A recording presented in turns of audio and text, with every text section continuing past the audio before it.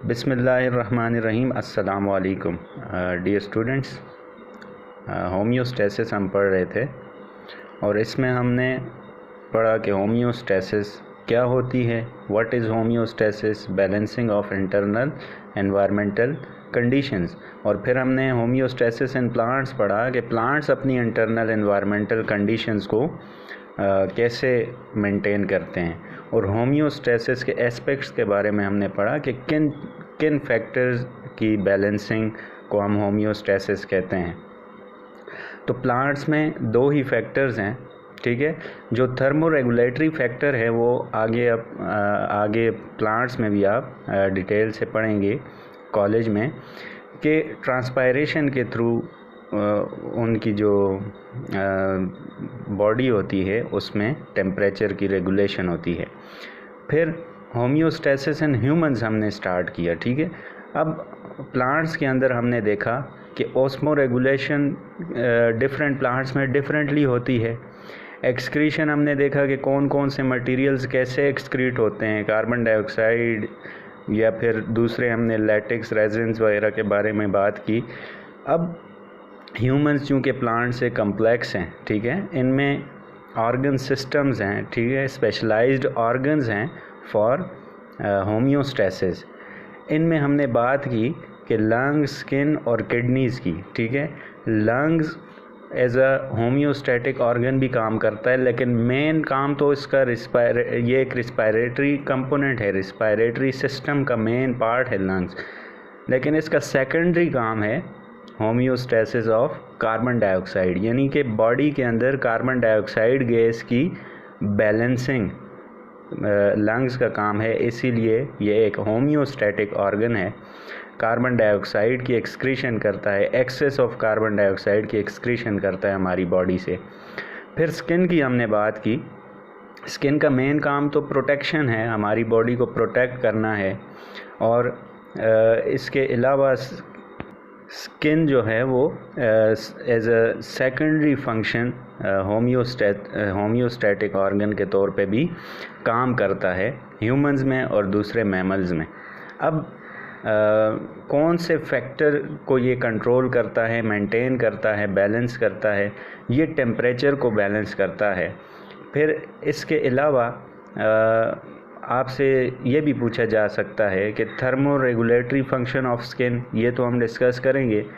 And में हम discuss करेंगे osmo regulatory function of skin, यानी कि स्किन एक्सेस ऑफ वाटर को भी एक्सक्रीट करता है, दूसरे साल्ट्स को भी स्वेट की फॉर्म में बॉडी से एक्सक्रीट करता है। तो वो फंक्शन भी हम डिस्कस करेंगे। सबसे पहले हम थर्मो रेगुलेटरी फंक्शन की हमने बात की थी कि हमारी बॉडी का जो नॉर्मल टेम्परेचर होता है जिस पे हमारी बॉडी ऑप्टिमम फंक्शनिंग करती है वो 37 डिग्री सेल्सियस है, या फिर फ़ारेनहाइट में हम देखें तो 98.6 फ़ारेनहाइट। अब हीट प्रोडक्शन की हमने बात की थी कि कौन कौन सी एक्टिविटीज़ से हीट प्रोड्यूस होती है, वर्किंग, वॉकिंग, रनिंग, शिवरिंग, ठीक है, या secretion of certain hormones, thyroid and adrenal. ये दो ग्लैंड्स हैं, थायराइड ग्लैंड हमारे नेक में है, एड्रिनल ग्लैंड किडनीज़ के ऊपर, ये दो ग्लैंड्स हैं। इनके जो हार्मोन्स हैं उनके रिलीज़ होने की वजह से ब्लड में हीट प्रोडक्शन ज़्यादा हो जाती है। आगे कोऑर्डिनेशन वाले चैप्टर में हम डिटेल में डिस्कस करेंगे कि थायराइड हार्मोन्स और एड्रिनल हार्मोन्स कौन से होते हैं और इनकी क्या एक्टिविटीज़ होती हैं। ये मेटाबॉलिज्म को, रिएक्शंस को स्पीड अप करते हैं जिससे हीट प्रोडक्शन ज़्यादा हो जाती है। अब स्किन का थर्मो रेगुलेटरी फंक्शन हम देखें तो एज अ होम्योस्टैटिक ऑर्गन कैसे काम करता है। अब इन कोल्ड टेम्परेचर हमने बात की कि कोल्ड टेम्परेचर में, सर्दियों में स्किन कैसे बैलेंस करता है टेम्परेचर को। अब स्किन के नीचे फैट सेल्स की लेयर होती है, फैट लेयर होती है। अब ये लेयर क्या करती है, हीट को बॉडी से बाहर या बाहर से बॉडी में एंटर होने नहीं देती, इंसुलेटरी सरफेस के तौर पे काम करती है। इंसुलेटर के तौर पे ये फैट लेयर काम करती है, ठीक है। इंसुलेटर हम कहते हैं जो कि चार्जेस या हीट को बाहर ना जाने दें। जिस तरह बिजली की वायर्स होती हैं उनके ऊपर इंसुलेटर होता है, ठीक है, चार्जेस को वो एस्केप होने नहीं देता, ठीक है। इसी तरह ये फैट लेयर्स हीट को एस्केप होने नहीं देती। पहला पॉइंट आ गया कि कोल्ड टेम्परेचर में स्किन ये काम करता है। फिर मैंने आपको स्किन की डायग्राम बताई थी, दोबारा मैं आपको दिखा देता हूँ। ये स्किन की डायग्राम है, ठीक है। यहाँ आप देखें, यहाँ पे स्किन की जो ये लेयर है ऊपर वाली, ये पूरी स्किन है। स्किन की जो आउटर मोस्ट लेयर है ये ऊपर डेड सेल्स और कुछ प्रोटीन्स हैं, ठीक है। इसकी ये लेयर है, इसको हम एपिडर्मिस कहते हैं। फिर एपिडर्मिस के नीचे ये डर्मिस होती है, ठीक है। और डर्मिस के नीचे फिर हाइपोडर्मिस या सबक्यूटेनियस टिश्यू इसको कहते हैं, या हाइपोडर्मिस कहते हैं। अब जो एपिडर्मिस है इसमें ब्लड वेसल्स नहीं हैं, न्यूरॉन्स नर्व्स हैं, ठीक है। इसमें हेयर्स आपको नज़र आ रहे हैं, ठीक है। फिर जो डर्मिस है इसमें तमाम चीज़ें होती हैं, इसमें नर्व्स हैं, ब्लड वेसल्स हैं, ठीक है, मसल्स हैं जो कि हेयर के साथ कनेक्टेड हैं बेस से। फिर सिबेशियस ग्लैंड्स या ऑयल ग्लैंड्स हैं। फिर आप ये देखें, ये स्वेट ग्लैंड, ठीक है, ये स्वेट ग्लैंड है जो कि यहाँ पे बाहर की तरफ पोर निकला हुआ है। फिर ये डिफरेंट नर्व्स हैं, ठीक है। मैं आपको बुक में दिखा देता हूँ, यहाँ पे आप देखें। अब ये डर्मिस आ गया। डर्मिस में कुछ नर्व्स हैं जो कि पेन को सेंस करते हैं, ये कुछ। फिर एपिडर्मिस में हैं पेन को जो सेंस करते हैं। फिर डर्मिस में बहुत सारे हैं, कुछ हीट को सेंस करते हैं, कुछ प्रेशर को सेंस करते हैं, ठीक है, आप ये देख सकते हैं। फिर इसमें बहुत सारे ब्लड वेसल्स होते हैं और यहाँ पे कुछ मसल्स होते हैं हेयर्स की बेस पे, ठीक है। तो ये स्ट्रक्चर होती है स्किन की, ठीक है।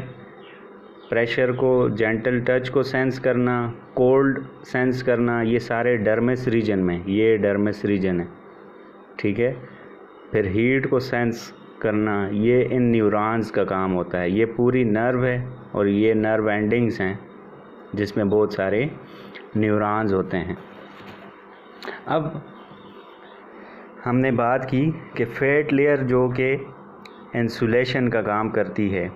एक तो कोल्ड टेम्परेचर में, अब बाहर टेम्परेचर कम है, 37 डिग्री से कम है, और बॉडी जो है वो सराउंडिंग से टेम्परेचर कैच ना करे, इसके लिए फैट लेयर है। बॉडी का टेम्परेचर डाउन ना हो जाए, जैसा कि बाहर का टेम्परेचर है वैसा ना हो जाए, तो 37 डिग्री सेंटीग्रेड पे ही रहे। फिर गूज बम्प्स फॉर्मेशन, यानी कि दूसरा जो एस्पेक्ट है जिससे हीट लॉस को रोका जाए, टेम्परेचर को मेंटेन किया जाए, वो है गूज बम्प्स फॉर्मेशन। ये कैसे होता है?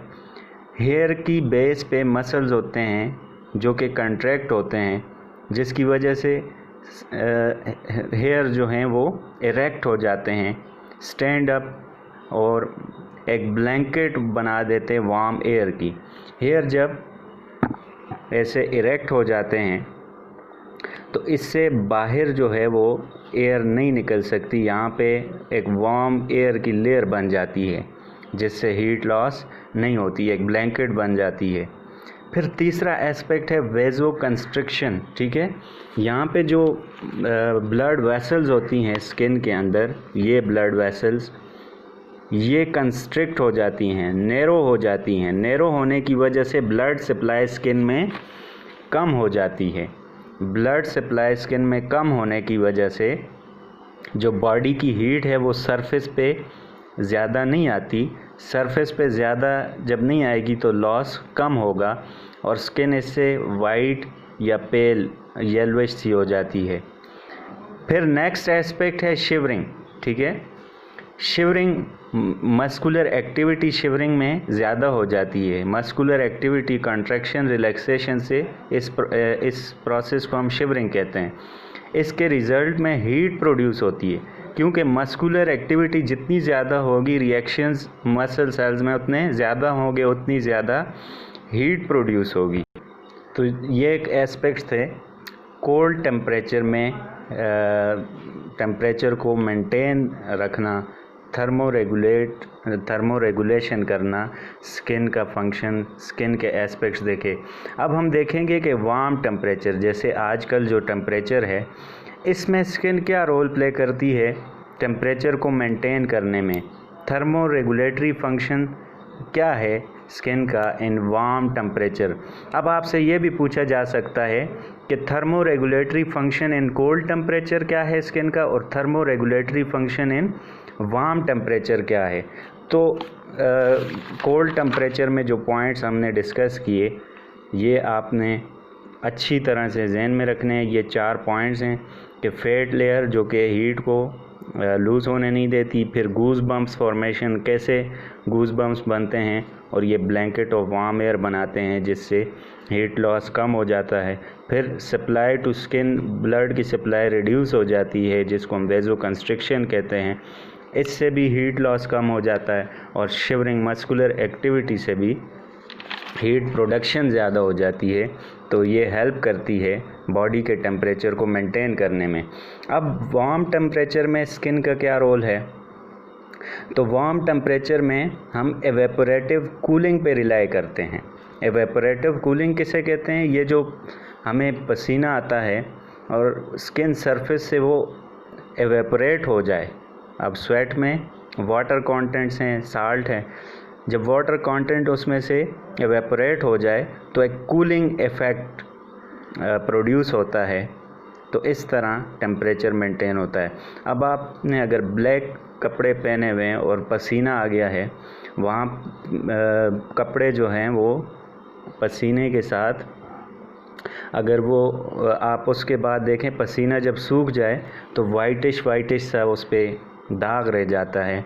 वो डिफरेंट साल्ट्स होते हैं स्वेट के अंदर, ठीक है, और पानी जो होता है स्वेट में वो एवेपोरेट हो जाता है जिससे कूलिंग इफ़ेक्ट प्रोड्यूस होता है।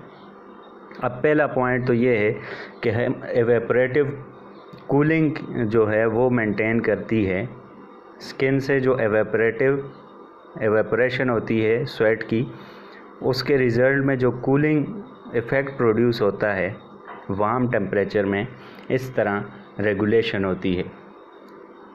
अब नेक्स्ट जो एस्पेक्ट है वो है वेज़ोडाइलेशन, कि वार्म टेम्परेचर में जो ब्लड वेसल्स हैं स्किन में वो डायलेट हो जाते हैं। Vessels, blood vessels, dilation mean expansion of blood vessels, यानी कि स्किन में जो ब्लड वेसल्स हैं वो डायलेट हो जाएंगे, वो उनकी एक्सपेंशन हो जाएगी।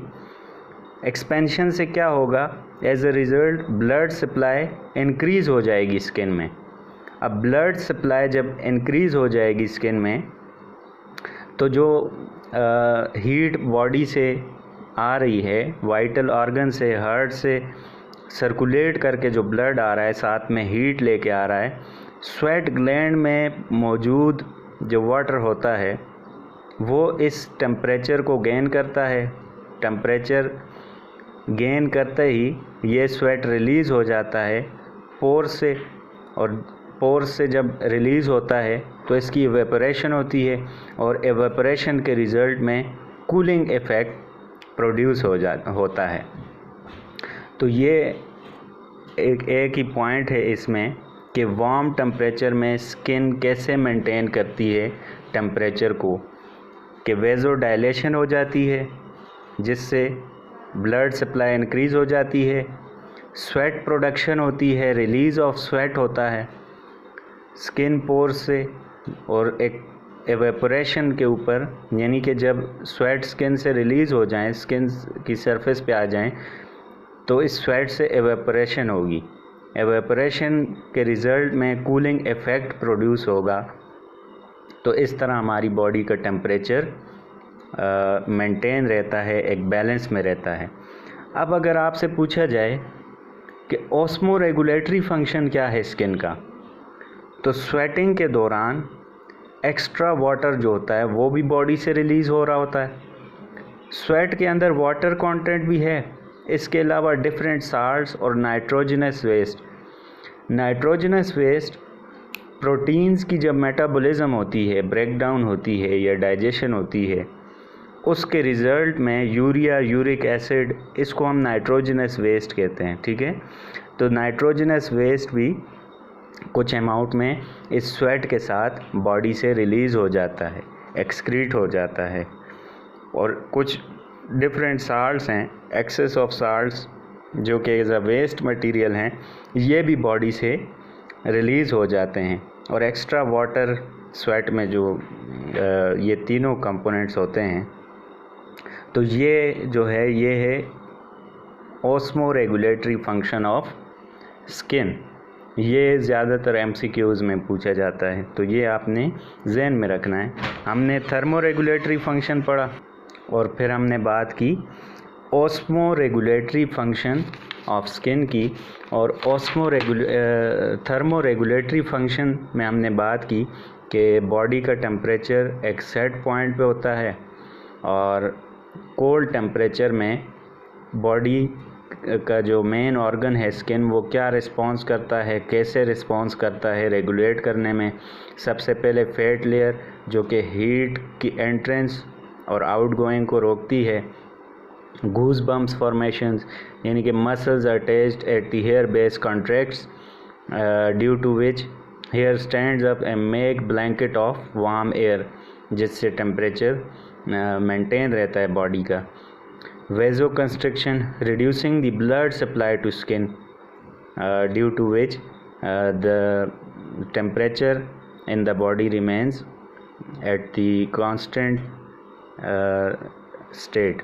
ठीक है, वेजो कंस्ट्रिक्शन में सरफेस या स्किन जो होती है उसमें ब्लड सप्लाई रिड्यूस हो जाती है और वाइटल ऑर्गन्स जो होते हैं, हार्ट, किडनीज, ठीक है, इनको जो ब्लड सप्लाई होती है वो ज़्यादा हो जाती है ताकि उनमें एक्टिविटी ज़्यादा हो, और एक्टिविटी ज़्यादा होने की वजह से हीट ज़्यादा जनरेट हो।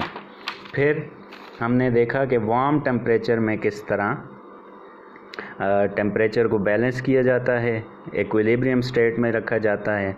तो एवेपोरेटिव कूलिंग कैसे होती है, वेजो डायलेशन से होती है, ब्लड सप्लाई इंक्रीज हो जाती है, स्वेट रिलीज़ होना शुरू हो जाता है और एवेपोरेशन के ऊपर एक कूलिंग इफ़ेक्ट जनरेट होता है।